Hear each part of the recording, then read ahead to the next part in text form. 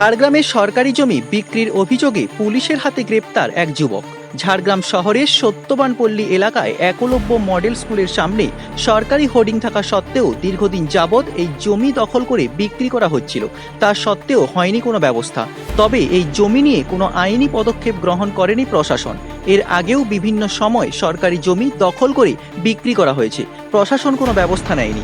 মুখ্যমন্ত্রী মমতা বন্দ্যোপাধ্যায়ের কড়া নির্দেশের পরেই তৎপর হলো ঝাড়গ্রামের প্রশাসন।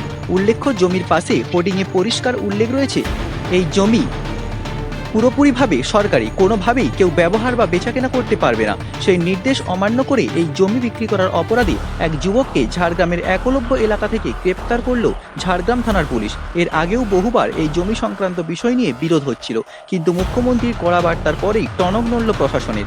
এরপর থেকে মুখ্যমন্ত্রী মমতা বন্দ্যোপাধ্যায়ের নির্দেশ মতোই এই সংক্রান্ত বিষয়ে কড়া নজরদারি রাখবে পুলিশ প্রশাসন।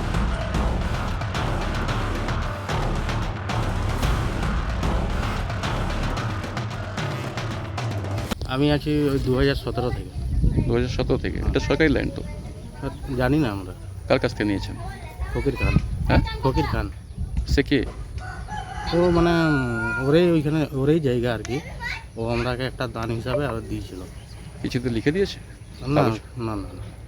কী করে বলতে সেটা তো জানি না। কোনো পার্টি করে? না না না না, ওর দখলে ছিল। ও আমরাকে ঘর করার জন্য না, টাকা ফাঁকা নেই, দান হিসাবে দিয়েছে আমাকে। সব সরকারি জমি না। তাহলে কিভাবে? কেন আমরা তো ছোট থেকে দেখছি যে আমরা সব সরকারি জমি, আমার ছাগল গরু আমরা এই জঙ্গলেই চড়াই আর কি। যতদিন আমাদের জ্ঞান আমরা এই জঙ্গলেই ঘুরছি, কিন্তু আমরা দেখিনি যে এই বাড়িটা হঠাৎ এসে আমরা তো অনেক তাড়াতাড়ি করেছি, কিন্তু ওঠেনি ওরা।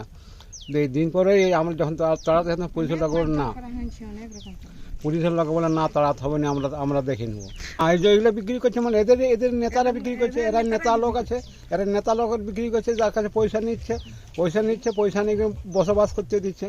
মানে এখানে লোকাল যে সমস্ত নেতা আছে? হ্যাঁ হ্যাঁ হ্যাঁ, নকাল এদেরই কোন নকাল বলতে এইখানেরই বসবাসীর লোক। আচ্ছা, এরা এই জমিগুলো কিরকম বিক্রি বিক্রি করছে? যার কাছে যেমন শুনতে পাচ্ছে 10,000, 20,000, 20,000, 30,000 দেওয়ার কাছে যেমন পয়সা নিচ্ছে আর বসবাস করতে দিচ্ছে। ওই যে আমরা যতটুকু ওইখানে দখল করে রেখেছি তাতে আমাদের জায়গাটার কাছে টাকা নিয়ে করে আমরা বসবাসটা আমাদেরটা ওরা নিয়ে। সেটা আপাতত এখনো আমাদের কাছে কোনো কমপ্লেন্ট আসেনি বা আমরা জানতে পারিনি, তাই আমরা এখন কিছু করিনি।